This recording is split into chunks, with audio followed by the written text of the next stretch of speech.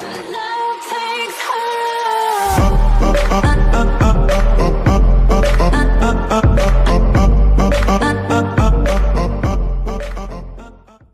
Hey guys, this is Holy Hero Alex. Today we'll discuss several tricks that will help you play more effectively. We'll also talk about rules of etiquette in random battles. Let's begin. First, let's talk about Shaft. Half a year ago, this turret was given a laser pointer. Since then, it's become a lot harder to destroy targets at long distances. Only a crazy tanker would drive directly in your laser beam. But there is a way around this issue. Hide a part of your tank behind a building or a wall, and keep the laser pointer at the structure's edge. This will hide your laser pointer from enemies. When an enemy appears, you'll be able to quickly adjust your aim and instantly shoot at full charge. The next topic is etiquette in tanky. Basically, good manners and unofficial rules you are advised to follow in random battles. Here are some of them. Never pick up a repair kit if you see a teammate nearby who needs it more than you do. If you are defending the base, do not pick up the speed boost. Let the attacking members of the team get it instead. If your teammate is carrying the flag, cover him with your fire and your hull, even if this means you might be destroyed. An extra point for the team is more important than your death-kill ratio. Finally, a wise tanky saying: face thunder from the front, snack behind freeze, catch shout by surprise, and don't mess with Mammoth and Zida. It's quite simple. Always do your best to make thunder damage itself. Try to avoid Freeze's stream of ice. Stay out of Shaft's laser beam. And never, ever attack a Mammoth and Zida at close range. Leave such tanks to teammates with long-range guns. And that's all for today. This was Holy Hero Alex. See you! Hey everyone, this is Officer, and today I want to show you how to use supplies wisely and effectively in battle. Let's start. First of all, always pay attention to cooldowns. This is where the battle timer comes in handy. Here is an example. An enemy defender uses a double armor. Take note of when that happens. Your task is to force your opponent into using a repair kit within the next 45 seconds. Attack him, deal as much damage as possible, and let him kill you. Once the double armor effect runs out, the enemy will be extremely vulnerable.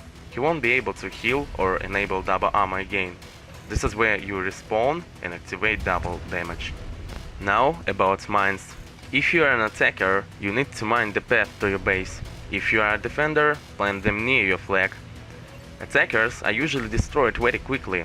That's why it's a good idea to place mines closer to the enemy. They are more likely to damage someone while you are still alive. As for the mines of defenders, they will serve as the next line of defense. Now to conclude, here is a series of tips on when to activate supplies. If you are about to receive high one-time damage, such as from a railgun or shaft, and you're not sure whether you will survive the hit, activate the repair kit slightly in advance. This virtually guarantees you will survive the hit and will leave you with full health. Enable double damage right before shooting. Same with double armor. Activate it right before engaging in combat. Do not waste supplies. Speed up can be useful for getting a full set of supplies. Imagine you are at a respawn point and notice a double armor box. Activate a nitro first and a double damage in 15 seconds. Combined with the armor you pick up, you will have a full set and be ready for anything. That's it. This was Officer.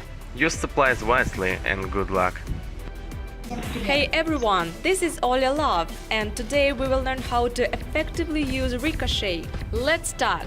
Ricochet is a powerful weapon. Learning how to use it is tricky, but once you do, it becomes deadly. Ricochet's projectiles have huge impact force. They can and should be used to knock off the enemy's aim or the direction in which he is moving. You can improve this effect by upgrading the impact force parameter. With it maxed out, Ricochet can help you dodge a deadly shot or even stop the enemy from delivering your team's flag to their base. But Ricochet's main party piece is reflected in its name. skilled players can deal damage to enemies who are behind cover, forcing them to change their position to a less favorable one. For example, when playing on the Silence map, a Ricochet can be used for playing on mid-ground and attacking the red base. Rick will come in handy on Iran as well. When playing for the red team, attack the blue base defenders while approaching from the center or from the rear. Same for the blue team. A good idea would be to shoot at enemies near the flag from the roof of a nearby building. Never stop moving and looking for vertical surfaces placed opposite each other. There are loads of them on Silence and Iran, as well as on Bobruisk, Serpukhov, Rio and even Sandbox. Always use your surroundings to your advantage, and you will often be able to catch the enemy by surprise. One last thing, remember that Ricochet is an excellent choice for any fan of parkour. This was Olya Love. Play with Ricochet and good luck! Hey everyone, this is Part. Today we'll talk about how to properly play with hammer. Let's start. The first tip is obvious but really important. Never leave just one shot in the magazine. Destroyed an enemy, nobody is around, just shoot the remaining projectile into the air. It's essential to always attack enemies with a full magazine of 3 shots. Hammer fires pellets, so it's able to damage several enemies with one shot. If you see 2 tanks fighting in a DM battle, pick an angle from which both tanks are close to each other and shoot right between them. This might give you a double kill. Hammer is an excellent choice for defending the flag, especially when your base is on high ground, like the blue base on Silence or the red base on Barda. Thanks to Hammer's high impact force, you'll be able to destabilize the enemy tank with your first shot and plant the second one into it without suffering any return damage. And 2 shots are often enough to deal with an opponent. Hammer's huge impact force also makes it a perfect gun for knocking off the aim of turrets with high damage per shot, such as railguns, shafts, thunders, or another hammers. Since its appearance in the game, Hammer has become a popular parkour tool, again hugely thanks to its kinetic impact. By the way, massive recoil makes Hammer a tricky weapon to use with light holes. Put it on Wasp or Hornet, and a careless shot might change the direction you're moving in, or even flip you upside down. In my opinion, the best hull for Hammer is Viking, due to its stability and good amount of health points. And finally, Hammer's main feature, massive damage per shot. But to make the best of it, you need to follow 3 simple rules. Fight at close range, don't miss, and keep your turret in an adequate state. Your hammer should be able to destroy a Hornet with 2 shots without supplies, or with 1 shot on double damage. If it isn't, you should upgrade your damage as soon as possible.